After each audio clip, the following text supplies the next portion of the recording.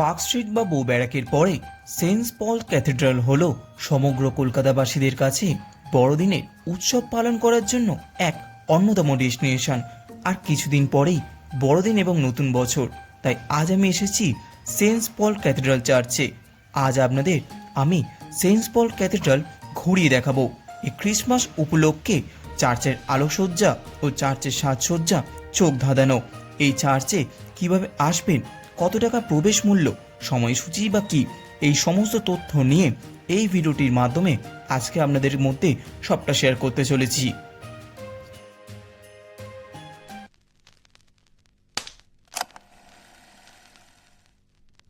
নমস্কার বন্ধুরা, আশা করি সকলে ভালো আছেন এবং সুস্থ আছেন। একটি নতুন ভিডিওতে আপনাদের সবাইকে জানাই স্বাগতম। আজকে আমি এসেছি সেন্ট পলস ক্যাথেড্রাল চার্চে। এই সেন্ট পলস ক্যাথেড্রাল চার্চ সপ্তাহে কোন কোন দিন খোলা থাকে এবং কোন দিন বন্ধ থাকে, এখানকার প্রবেশ মূল্য কত টাকা এবং এখানে আসবেন কীভাবে, এই সমস্ত তথ্য আজকে এই ভিডিওটার মাধ্যমে আপনাদেরকে সবটা শেয়ার করতে চলেছি। তাহলে চলুন আর বেশি কথা না বলে, আর বেশি দেরি না করে আজকে ভিডিওটা শুরু করা যাক। এবার বলবো আপনারা এখানে কিভাবে আসবেন। আপনারা যদি হাওড়া, শিয়ালদা বা কলকাতার যে কোনো পার্শ্ববর্তী অঞ্চল থেকে আসেন, আপনাদেরকে আসতে হবে পিজির মোড়।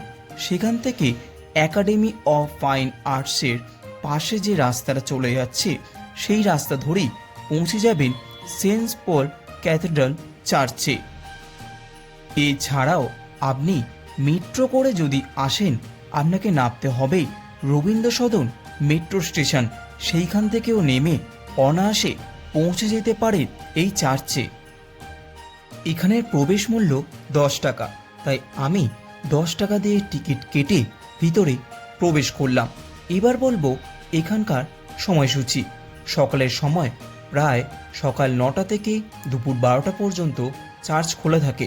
আবার দুপুরবেলায় 3টে থেকে বিকেল 6টা পর্যন্ত এই চার্চ খোলা থাকে।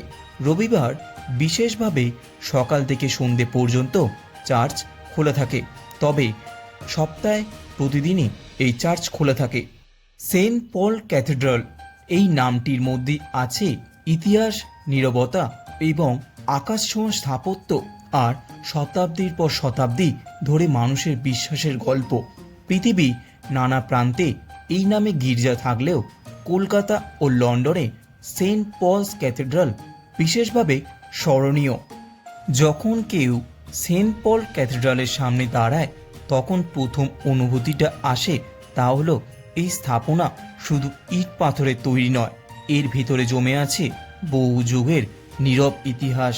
উঁচু চূড়া, দীর্ঘ দেয়াল আর প্রশস্ত প্রাঙ্গণ যেন মানুষের চোখকে ওপরের দিকে তাকাতে শেখায় আর মনকে নিয়ে যায় এক অন্য জগতে। কলকাতার ব্যস্ত জীবন, যানজট আর মানুষের ভিড়ের মাঝেই দাঁড়িয়ে আছে সেন্ট পল ক্যাথেড্রাল। শান্ত, স্থির ও গম্ভীর। 19 শতকে ব্রিটিশ শাসনাকালে নির্মিত এই গির্জাটি ছিল তৎকালীন ব্রিটিশ ভারতের ধর্মীয় কেন্দ্রগুলোর মধ্যে একটি। এটি ছিল দুনিয়ার নির্মিত প্রথম পূর্ণাঙ্গ এককালীন চার্চ। এই ক্যাথেড্রাল স্থাপত্যে ইউরোপীয় গথিক রীতির ছাপ স্পষ্ট, কিন্তু তার সঙ্গে যুক্ত রয়েছে ভারতীয় বাস্তবতার ছোঁয়া। উঁচু ছাদ, সুচালো চূড়া আর খোলা জানলা এমনভাবে তৈরি করা হয়েছে যেন আবহাওয়াতেও ভেতরের আলো বাতাস সহজে ঢুকে পড়ে। ভেতরে ঢুকলে চোখে পড়ে রঙিন কাঁচের জানলা, আর যেখানে আলো পড়লে দেয়ালের উপর রঙিন রঙের খেলা শুরু হয়। চারপাশের নীরবতা, কাঠের বেঞ্চ আর প্রার্থনার হল সব মিলিয়ে মনে হয় যেন সব কিছু একটু ধীরে চলছে। তবে এটাই তো ভিতরে এক শান্ত জায়গা। ভিতরে কোনো প্রকারের ছবি বা ভিডিও তোলা নিষেধ, তাই আমিও আপনাদের বাইরে থেকেই চার্চটা ঘুরিয়ে দেখালাম। আমি চাই না আমার ভিডিও দেখে আপনারাও এই ভিতরে গিয়ে ফটো বা ভিডিও করেন। ক্যাথেড্রাল শুধু খ্রিস্টান ধর্মাবলম্বীদের জন্য নয়, বহু মানুষ এখানে আসে একটু শান্তি পেতে, শহরের কোলাহল থেকে নিজেকে একটু আলাদা করতে।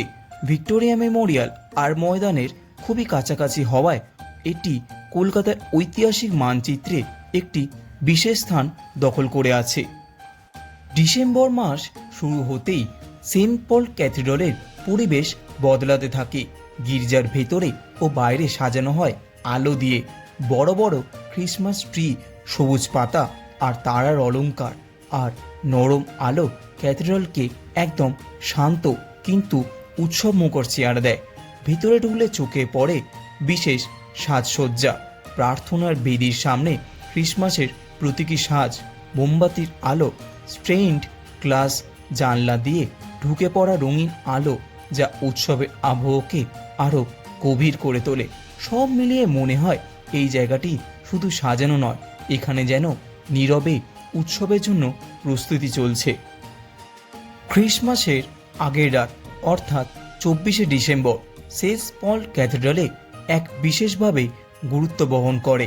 এই রাতে বহু মানুষ আসেন, জড়ো হন এবং খ্রিস্টান ধর্মাবলম্বী তো বটেই, পাশাপাশি নানান ধর্মের মানুষও আসেন এই পরিবেশটা অনুভব করতে। চার্চের ভিতরে যখন মৃদু আলো, স্তম্ভা গান, ক্যারল সুর এবং সম্মিলিত প্রার্থনার পরিবেশ, এই সময়টা মানুষ খুব ধীরে ধীরে কথা বলে, যেন নীরবতাকেও সম্মান জানায়।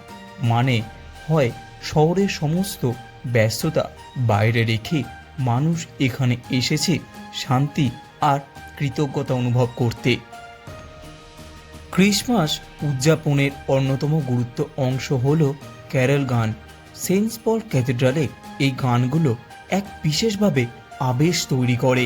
গির্জার বিশাল ছাদ আর খোলা অভ্যন্তরে এই সঙ্গীত ধ্বনিত হলে তার হৃদয়ে গিয়ে লেগে থাকে।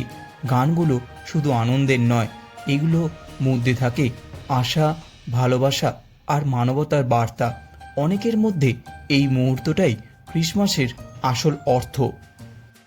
বড়দিন অর্থাৎ 25শে ডিসেম্বরের সকালটা সেন্ট পল ক্যাথিড্রালের কাছে খুবই বিশেষ গুরুত্বপূর্ণ। সকালের প্রার্থনার সময় ক্যাথিড্রাল ভরে যায় মানুষের উপস্থিতিতে। সবাই সাদা বা হালকা রঙের পোশাক পরে আসে, মুখে থাকে শান্তি হাসি। এই দিনের প্রার্থনায় থাকে যীশুখ্রিস্টের জন্মের স্মরণ, মানবতার জন্য শান্তি ও ভালোবাসার বার্তা, সকলের মঙ্গলের কামনা। প্রার্থনা শেষে মানুষ একে অপরকে শুভেচ্ছা জানায়। অপরিচিতরাও এখানে যেন পরিচিত হয়ে ওঠে। এটাই এই দিনের সবচেয়ে সুন্দর দিক। সেন্ট পল ক্যাথিড্রালের ক্রিসমাস উদযাপনে সবচেয়ে বিশেষ দিক হলো এটি শুধু খ্রিস্টানদের মধ্যে সীমাবদ্ধ নয়। কলকাতার বহু মানুষ, বিভিন্ন ধর্ম, সাংস্কৃতিক মানুষ এই সময় এখানে আসেন। কেউ আসেন প্রার্থনার জন্য, কেউ আসে স্থাপত্য ও আলো দেখার জন্য, কেউ আসে শুধু এটাকে এই শান্ত পরিবেশ অনুভব করতে। এই কারণে সেন্ট পল ক্যাথিড্রাল ক্রিসমাসের কলকাতার শহর জীবনে এক অনন্য অভিজ্ঞতা দেয়। এইখানেই শেষ হলো আমার সেন্ট পলস ক্যাথিড্রাল চার্চের ভ্রমণ। কেমন লাগলো ভিডিওটা অবশ্যই আপনার মূল্যবান কমেন্টটা আমাদের ভিডিওর কমেন্ট বক্সে জানাতে ভুলবেন না। ভিডিওটি যদি আপনার ভালো লেগে থাকে তাহলে অবশ্যই ভিডিওটা লাইক করবে এবং চ্যানেলটি অবশ্যই সাবস্ক্রাইব করবেন, কারণ এই শীতকালে কিন্তু আমাদের চ্যানেলে আপনাদের জন্য নতুন নতুন ভিডিও কিন্তু আসতে চলেছে। তাহলে চলুন, আজকে ভিডিওটা এতটাই। দেখা হচ্ছে দুর্দান্ত একটা ডেস্টিনেশন নিয়ে, দুর্দান্ত একটা জার্নি নিয়ে। সকলে ভালো থাকবেন, সকলে সুস্থ থাকবেন। স্টে টিউন বাংলার কার।